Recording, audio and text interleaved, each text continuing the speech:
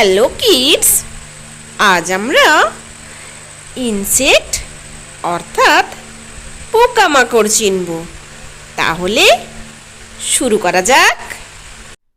Insects.